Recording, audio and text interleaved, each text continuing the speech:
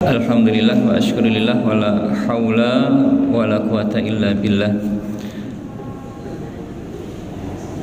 Ustaz-ustaz sekalian, marilah kita bersyukur pada Allah Subhanahu wa taala. Alhamdulillah sampai dengan pagi hari ini kita masih diberikan kesempurnaan nikmat oleh Allah Subhanahu wa taala. Maka semoga setiap nikmat ini mampu kita manfaatkan dengan sebaik-baiknya di dalam kebaikan, sehingga bertambahnya usia juga bertambah pahala kita di hadapan Allah, yang kelak mizan ini akan menjadi kesaksian kita di hadapan Allah Subhanahu wa taala. Ustaz-ustaz sekalian, kita masuk di dalam surah Al-Baqarah. Surah Al-Baqarah ayat 19 dan ayat 20. 19-20 ini kelanjutan ayat yang kemarin. Sebagaimana orang-orang kafir itu dihilangkan cahayanya sehingga mereka kebingungan di dalam kehidupannya, mencari gaya hidup dengan perkiraan pengetahuannya, padahal Allah Maha tahu mana yang terbaik bagi manusia. Ustaz-ustaz sekalian, masuk di dalam surah Al-Baqarah ayat 21. A'udzu billahi minasyaitonir rajim. Ya ayyuhan nasu u'budu rabbakumul ladzi khalaqakum walladzina min qablikum la'allakum tattaqun. Ya ayyuhan nas, wahai sekalian manusia, ya. Jadi ya atau ya ayyuha itu artinya wahai. An-nas yaitu manusia. I'budu itu berasal dari kata abada, ibadah, ya. Beribadahlah kalian rabbakum kepada Tuhan kalian, alladzi khalaqakum, yang telah menciptakan kalian. Jadi ustaz-ustaz sekalian, kita beribadah kepada Allah itu karena yang pertama Allah lah yang menciptakan kita. Maka ketika kita misalkan diberikan sesuatu yang baik oleh orang lain, kita mengucapkan terima kasih, syukron, ya. Ketika kita diberikan makanan dan makanan itu kita sukai, maka ketika kita menerima itu terima kasih kalau bahasa kita. Kalau bahasa Arabnya syukron, ya. Maka terima kasih itu karena kita merasa mendapatkan manfaat dari yang diberikan oleh orang lain. Kemudian ketika kita berangkat agak siang, kemudian jalanan macet, waktu nyebrang pas perempatan, apalagi di sebelah sini luar biasa. Kemudian ada orang yang seharusnya lebih dulu dari kita mempersilahkan kita, karena di belakang kita ada anak kecil yang kita bonceng, kasihan sama kita, kemudian kita mengucapkan terima kasih. Jadi ucapan terima kasih itu karena kita mendapatkan manfaat, kemudian kita sampaikan terima kasih. Maka ustaz-ustaz sekalian, dengan landasan itu, maka seharusnya terima kasih kita itu kepada Allah jauh lebih besar, karena tidak hanya manfaat satu ataupun dua yang kita terima, tapi ternyata segala sesuatu yang ada di dalam tubuh kita ini adalah pemberian dari Allah Subhanahu wa taala. Maka ustaz-ustaz sekalian, ketika kita beribadah kepada Allah, sesungguhnya kita ini berterima kasih kepada Allah atas nikmat yang kita terima. Maka di dalam surah Al-Baqarah disampaikan, ya ayyuhan nas, wahai sekalian manusia. Karena yang mendapatkan nikmat itu tidak hanya orang beriman, tidak hanya orang yang taat kepada Allah, tetapi judulnya manusia pasti diberikan nikmat. Entah itu mukmin maupun kafir, selama mereka itu giat bekerja, kemudian mereka itu ulet, maka mereka akan mendapatkan rezeki yang lebih daripada orang yang bermalas-malasan. Makanya ustaz-ustaz sekalian, di ayat ini Allah sampaikan, ya ayyuhan nas, wahai sekalian manusia. I'budu rabbakum, beribadahlah kalian kepada Rabb kalian. Jadi ustaz-ustaz sekalian, Allah itu membahasakan zatnya di dalam Al-Quran itu tidak hanya satu kata, yaitu kata Allah, tapi ada kalanya Allah itu mengenalkan dengan kata ilah, artinya sesembahan. Allah itu juga mengenalkan dirinya sebagai Rob, ya. Robba, ya Robbi, wahai Tuhanku. Rob itu artinya yang memelihara.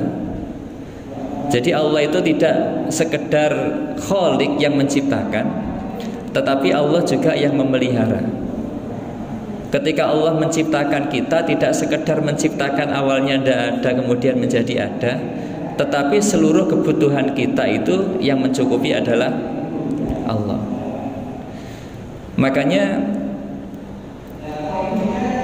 dulu ketika saya memutuskan untuk menikah, ya, itu ternyata karena saya merasa kekurangan, saya merasa serba keterbatasan, maka saya harus menikah. Kenapa menikah? Karena ada janjinya Allah, barang siapa yang menikah akan dicukupi kebutuhannya, gitu ya. Maka yang belum menikah segera menikah, ya. Kalau kurang pasti dicukupi, kalau lebih pasti lebih dicukupi oleh Allah Subhanahu wa taala. Karena hadirin satu-satu sekalian, pemahaman sebagian orang tua kadang ketika melihat anaknya sudah ngerti seneng sama lawan jenis, sudah ngerti yang namanya cinta, sudah dredeg ketika melihat orang cantik, ya. Ustaz Ali dredeg betul. Lah lihat Bu Ani. Betul.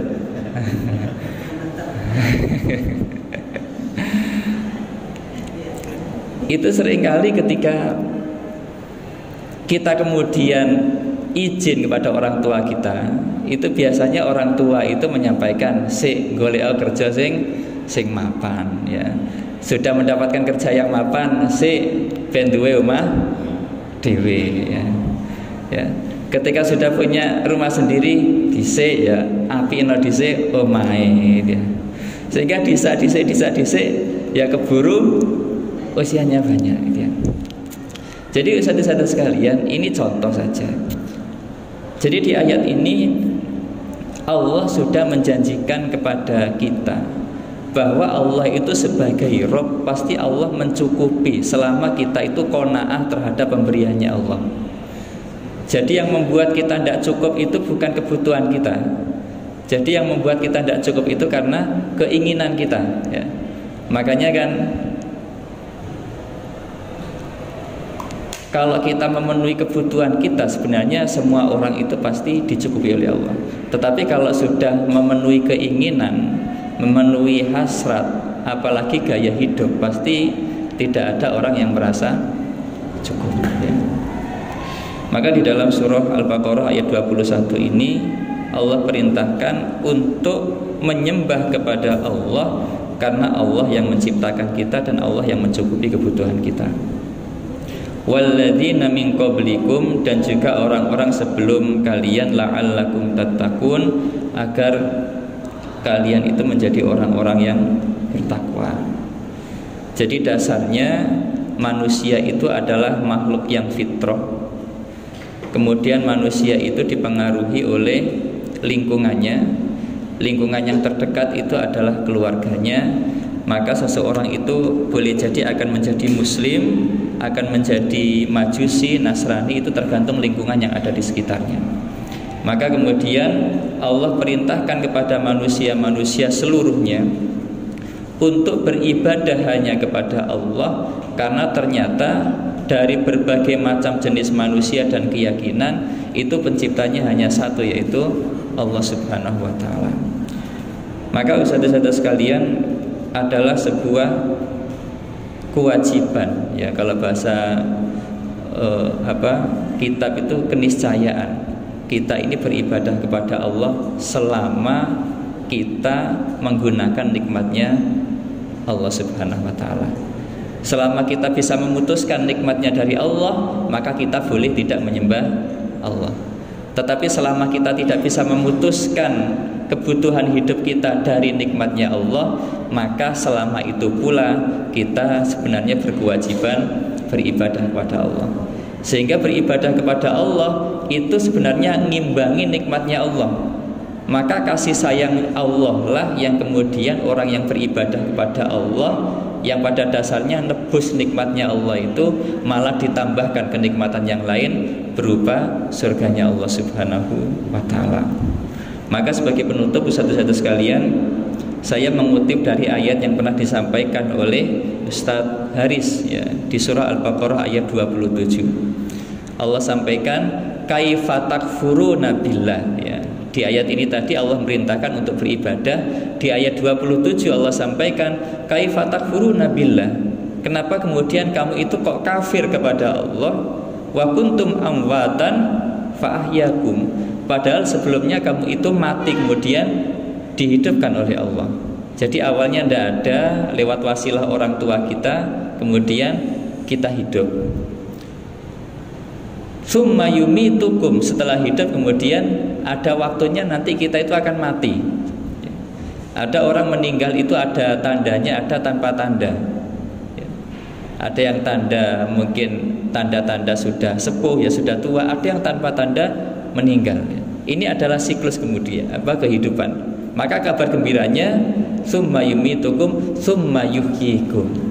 Nanti orang itu kalau sudah meninggal ada masanya lagi dihidupkan. Kapan? Setelah selesai kematiannya. Maka orang itu setelah mati itu langsung hidup lagi. Di mana? Di alam barzah. Di barzah itu sudah hidup ya. Makanya di dalam surah Al-Baqarah di juz yang ke-2 awal gitu, Allah sampaikan wala taqulu liman yuqtalu fi sabilillahi amwat bal ahya ya. Walakin la tasurun, tapi kamu itu tidak sadar gitu ya. Maka ustadz-ustadz sekalian, bergembiralah jadi orang beriman, karena orang beriman itu setelah kematian akan dihidupkan lagi di alam barzah, mendapatkan kenikmatan, mendapatkan rizki dari Allah seperti orang-orang yang hidup. Maka bersemangat di dalam melakukan kebaikan, karena kebaikan itu akan kembali kepada kita, baik kehidupan sebelum barzah itu datang maupun kehidupan setelah kematian, yaitu di alam barzah dan alam-alam berikutnya. Semoga bisa menjadi keterangan yang bermanfaat. Assalamualaikum warahmatullahi wabarakatuh.